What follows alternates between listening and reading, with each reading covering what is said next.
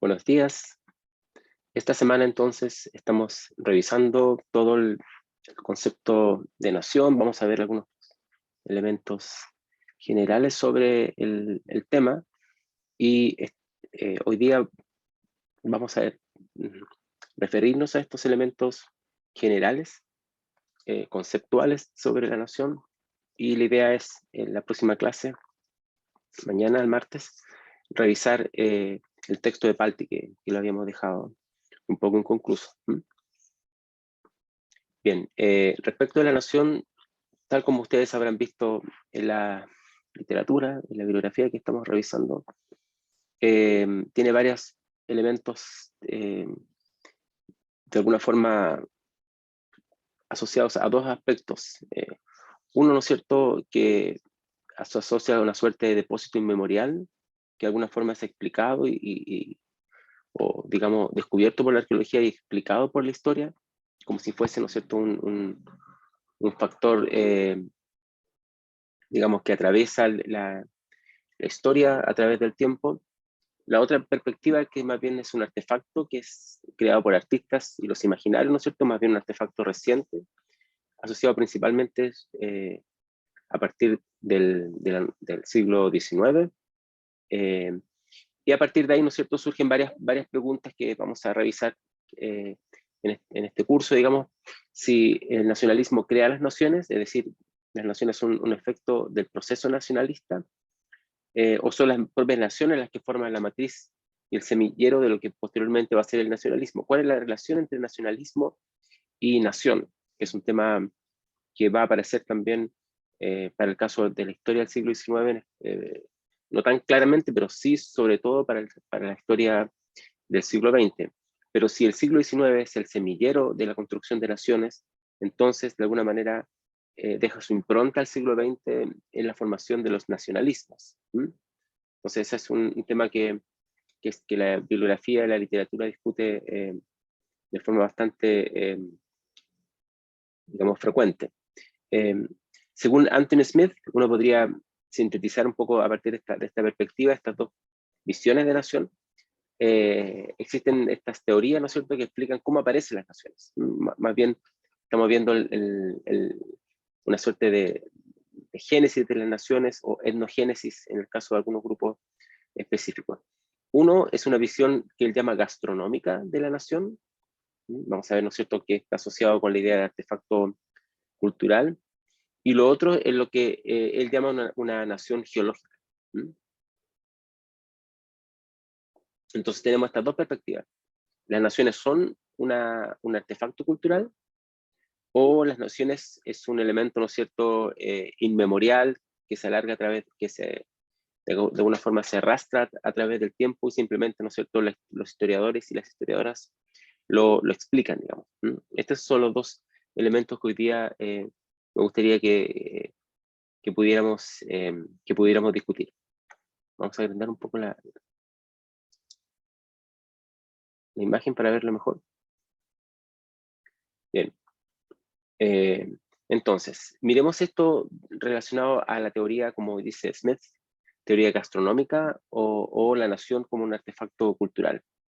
Las naciones, según Smith, se componen de elementos sueltos, como si los elementos culturales estuvieran asociados a un conjunto de aspectos muy diferentes entre sí, lo que Smith llama sabores, ¿no es cierto?, haciendo el símil con la idea gastronómica de un plato, ¿no es cierto?, que uno prepara a través de una receta. Y en este caso los ingredientes de esta receta, digamos, de nación, por así decirlo, ¿no es cierto?, estarían evidenciados en los diferentes orígenes que tendría este plato, digamos, por así decirlo. Esta perspectiva de artefacto cultural, digamos, viene sobre todo de Ernst Renan, que es un autor bien relevante para entender esta idea de que la nación es un artefacto cultural, que sintetiza la famosa frase de que la nación es un consenso diario, una frase que pronunció, ¿no es cierto?, en la conferencia titulada ¿Qué es una nación?, de 1882. Nosotros en en el material de cursos, ¿no es cierto?, tenemos justamente la conferencia en español publicada, digamos, que está, originalmente en francés, evidentemente. Para Renan, ni la importancia racial, ni lo étnico, ni el lenguaje común de un pueblo era la base que constituía, ¿no es cierto?, lo más importante de una nación, que es lo que podríamos sintetizar para la otra perspectiva, ¿no es cierto? Para Renan, la nación era la forma que un grupo de personas forma su identidad y se distingue el resto por haber vivido una historia común y sobre todo por la voluntad de permanecer unidos. Yo quisiera destacar esos tres elementos, ¿no es cierto? Por un lado, la identidad se forma, es decir, no viene heredada, por así decirlo. Por otro lado, ¿no es cierto?, esta identidad le permite distinguirse de otros. Hay una suerte de construcción de lo que se llamó hace ya varios años la idea de otredad, es decir, se constituye lo propio sobre la base de lo que es algo distinto a lo que son los otros o las otras. Y también por tener una historia común, es decir, hay un origen de todas maneras que de alguna forma los vincula, para bien o para mal, digamos, pero sobre todo lo más importante para Renan es la voluntad de permanecer unidos, es decir, el interés de ser un grupo y de ser una nación. Es decir, la nación es más una voluntad que una especie de, como decía anteriormente, de herencia. Y por lo tanto, si es una voluntad, la nación puede ser frágil porque puede esa voluntad desaparecer o puede cambiarse por otras perspectivas, ¿no es cierto? Y al mismo tiempo, dado que es una voluntad, tiene que activarse todo el tiempo, tiene que tener elementos simbólicos, elementos, digamos, característicos que las personas puedan distinguir, de modo que le permita, ¿no es cierto?, construir esa nación todo el día. De ahí que él llama, ¿no es cierto?, que la nación es un consenso diario, o sea, diariamente debe ser consensuada, pero al mismo tiempo debe ser de alguna forma animada, reactivada.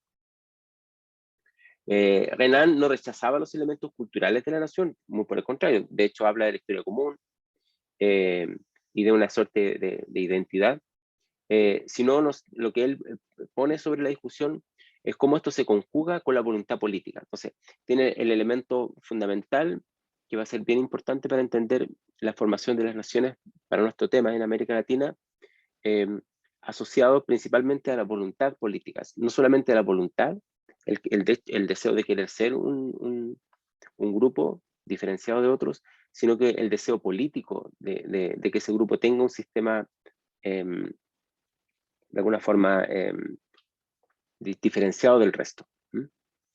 Y voy a citar, ¿no es cierto?, el texto de qué es una nación, ¿no es cierto?, famoso, diga, qué es una nación, de su discurso, ¿no? Dice, una nación es pues una gran solidaridad constituida por el sentimiento de los sacrificios que se han hecho y los sacrificios que todavía se está dispuesto a hacer.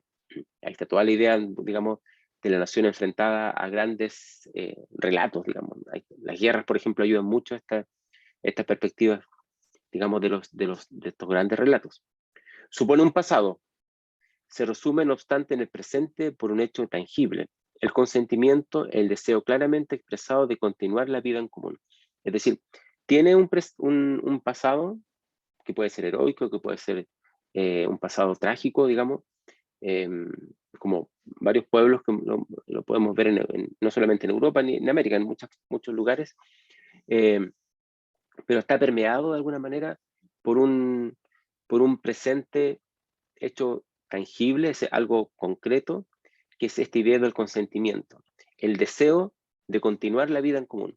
Y por eso es que la nación, según esta perspectiva de Renan, ¿no es cierto?, constantemente debe ser reevaluada. O sea, las naciones pueden cambiar, puede cambiar el consenso. De ahí que podemos pensar, ¿no es cierto?, en la actualidad, incluso lo que estamos viviendo en Chile, acá en el año 2022, digamos, que la plurinacionalidad puede ser un nuevo consenso que no teníamos antes en Chile, y que puede ser eventualmente, si que se determina, digamos, esto en una constitución nueva, puede ser un consenso político diferente al que existía antes. O sea, desde esa perspectiva podemos pensar que si antes había un consenso, sea como haya sido construido, de que había una sola nación y de alguna manera un pueblo llamado el pueblo de Chile, ¿cierto? Ahora podemos llegar a un nuevo consenso que nos diga hay más de una nación que se engloban en este país llamado Chile, digamos, o del Estado de Chile, poniendo en términos más bien políticos. ¿Mm?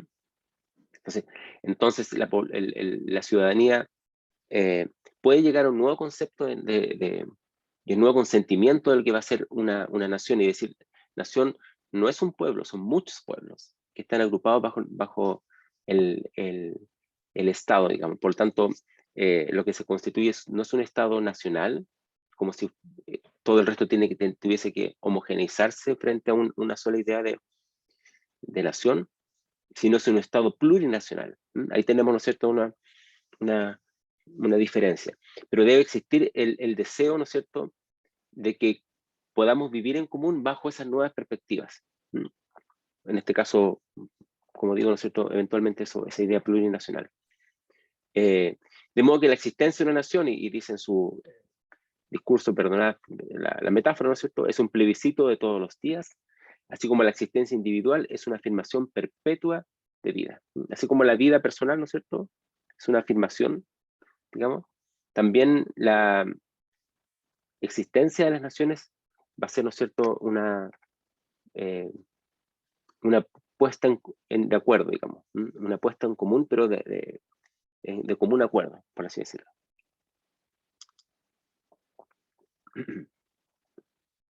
Bueno, Gellner y Deutsch, que son algunos de los autores más importantes que en los años, en el siglo XX, digamos, Ernest Gellner, ¿no es cierto?, estuvieron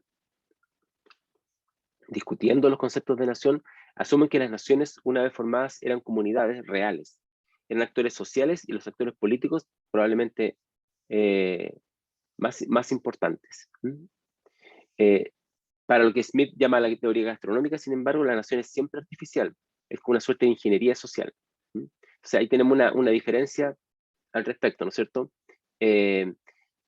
Si Renan nos dice que la nación es un consenso diario, ¿no es cierto?, Deutsch, Gellner nos dice, ¿no es cierto?, que esas naciones que se constituyen como un consenso diario son comunidades reales, no son simplemente, digamos, invenciones.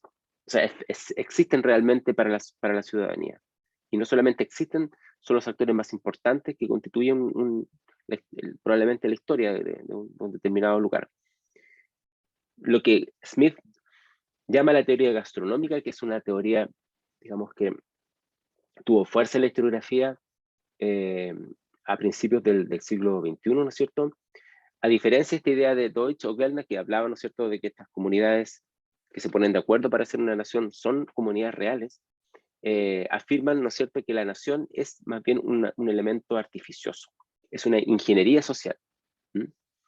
La nación entonces vista como un artefacto nacionalista, o sea, es decir, los nacionalismos construyen la nación, que reúne los variados ingredientes de este concepto, ¿no es cierto?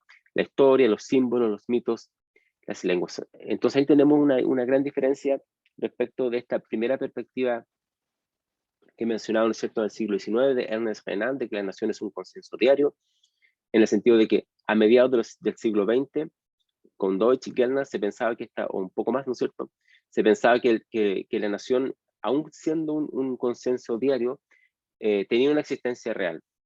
Ya para fines del siglo XX o principios del siglo XXI, ¿no es cierto?, en especial tras la caída del muro de Berlín, ¿no es cierto?, y los cambios que eso trae en la forma de mirar la historia, muchos van a atribuir o van a concebir la nación como un artefacto asociado a una suerte de ingeniería social y más bien artificioso.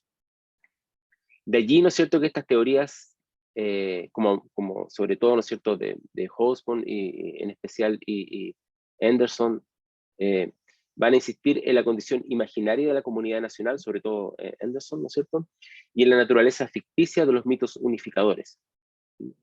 Por lo tanto, se pone atención en el aspecto imaginativo que tiene, ¿no es cierto?, el hecho de constituir una comunidad, ¿no es cierto?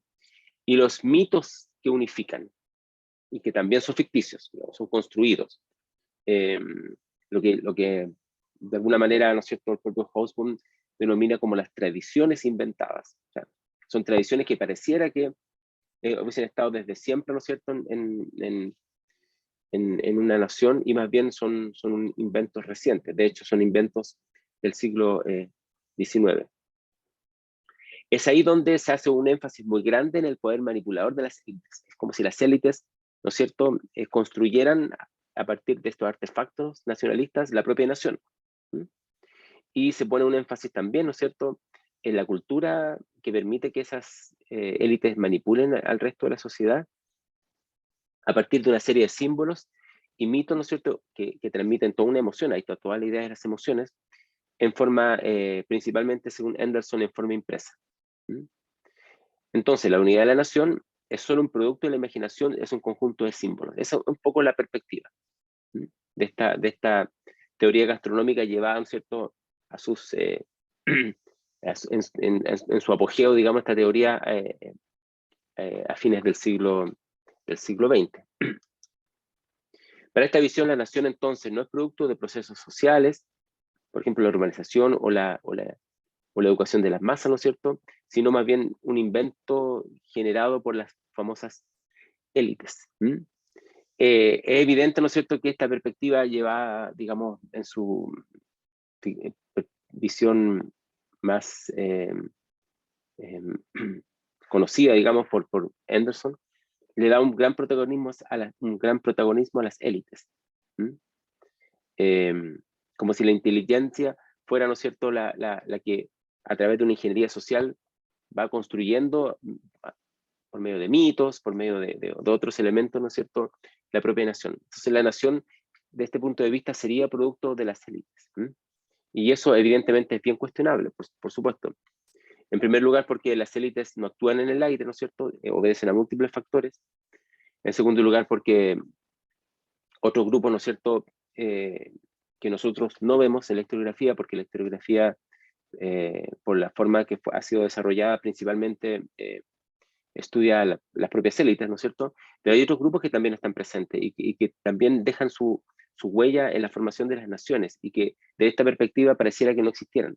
Entonces, los grupos fuera de la élite son simples grupos, y esto lleva a una interpretación al extremo, por supuesto, ¿no? Probablemente no como lo dice Anderson, de la forma que lo expone, pero llevado al extremo podría pensarse que estos grupos no elitarios simplemente son actores pasivos. Actores pasivos recepcionan lo que otros, ¿no es cierto?, le construyen. Esta es una visión bien aristocrática, por así decirlo, de la historiografía, porque le da un papel fundamental a las élites para entender cómo se han formado las naciones. Ok, tenemos que entender esto porque esto también va a estar presente en la interpretación que se hace sobre la conformación de las naciones en América Latina.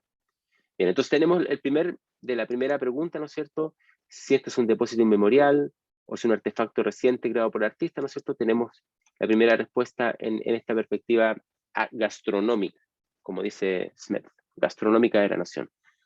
Bien, la segunda teoría que me gustaría tratar hoy día, antes de continuar la próxima clase con el texto de Palti, es lo que Smith llama la teoría geológica, es decir, la nación como una suerte de depósito histórico. Aquí la nación es vista como un depósito del tiempo, digamos, una estructura estratificada o en capas de experiencias sociales, políticas y culturales que son establecidas por una comunidad que es identificable. Es decir, en este sentido la nación no se construye, sino que más bien se hereda. Uno recibe de alguna forma la nación. Para esta perspectiva geológica, entonces, el pasado étnico explica el presente nacional. Es decir, somos producto de un tiempo de larga data, ¿no es cierto? Y lo que somos hoy día, de alguna forma, se ha ido construyendo en un periodo a veces incluso inmemorial.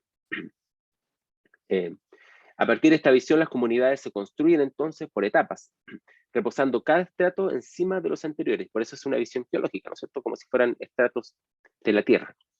En su versión más radical, esta perspectiva postula una esencia inmutable de la nación bajo formas diferentes. Es decir, es como que a partir a pesar del tiempo, perdón, transcurrido, digamos, siempre se mantuviese algún elemento inmutable de nación, algo que no cambia a través del tiempo, que es la esencia de la nación.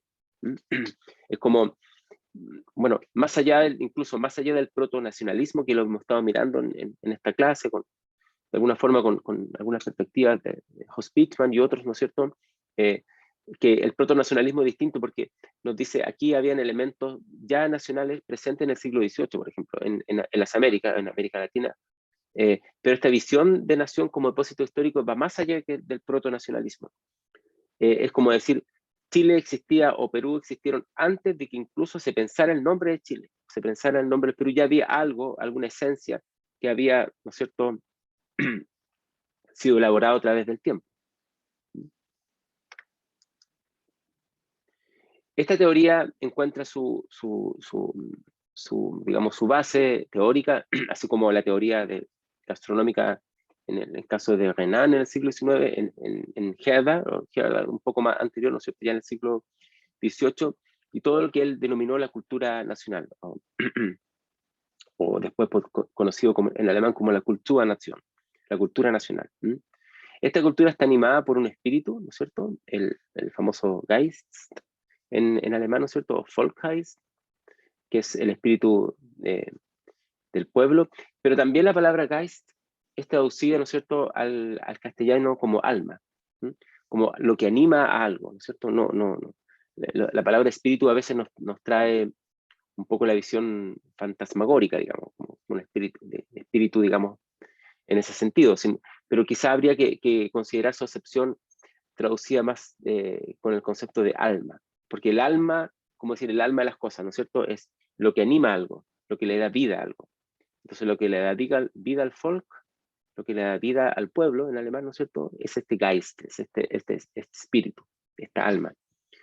Y esto se expresaría, ¿no es cierto?, a través de diferentes elementos, ¿no es cierto?, de la pintura, de la literatura, la escultura, la arquitectura, y también las normas y las leyes. Como si, de alguna forma, y se hiciera carne de alguna manera eh,